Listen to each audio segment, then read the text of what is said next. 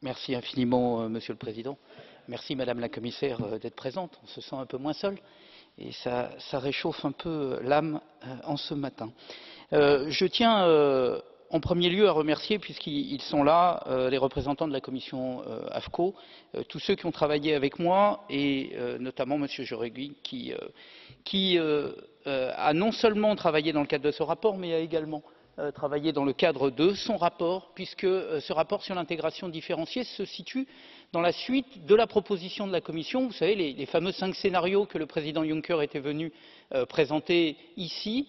Et ce rapport s'inscrit dans la 3e proposition qui avait été faite par la Commission, celle évidemment qui a la faveur du Parlement européen, à savoir une Europe qui progresse et une Europe qui permet à ceux qui veulent avancer de pouvoir avancer. Donc c'est dans cette logique-là que nous présentons ce rapport.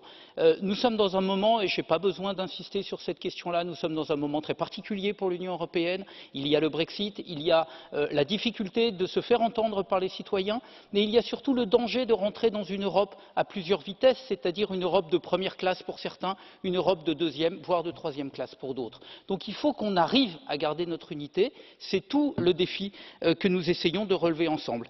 Et donc le rapport ouvre un certain nombre de pistes. Il ouvre des pistes à la fois à l'intérieur du traité et fait des propositions pour le futur.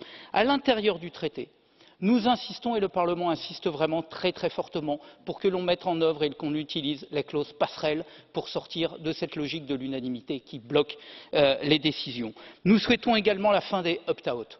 Il faut que le droit primaire soit le même pour tout le monde et que si de nouveaux entrants veulent venir, alors soit ils acceptent l'intégralité du droit primaire, soit on passe par une logique d'accord de partenariat. C'est très important de faire en sorte que le droit primaire soit le même pour l'ensemble des pays, qu'il n'y ait pas différents niveaux de pays à l'égard du droit primaire. C'est pour nous quelque chose de très important.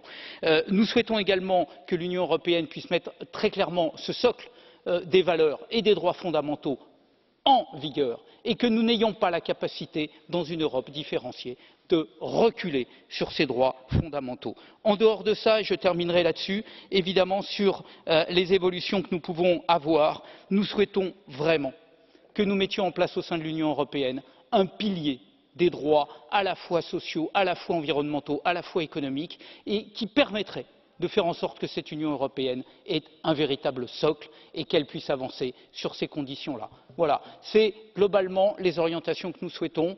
Monsieur le Président, j'insiste, il faut que nous fassions en sorte que cette Europe avance d'une seule voie et que nous n'ayons pas une Europe à plusieurs vitesses et à plusieurs classes, mais que pour autant, ceux qui veulent avancer puissent le faire. Merci Monsieur le Président, merci Madame la Commissaire.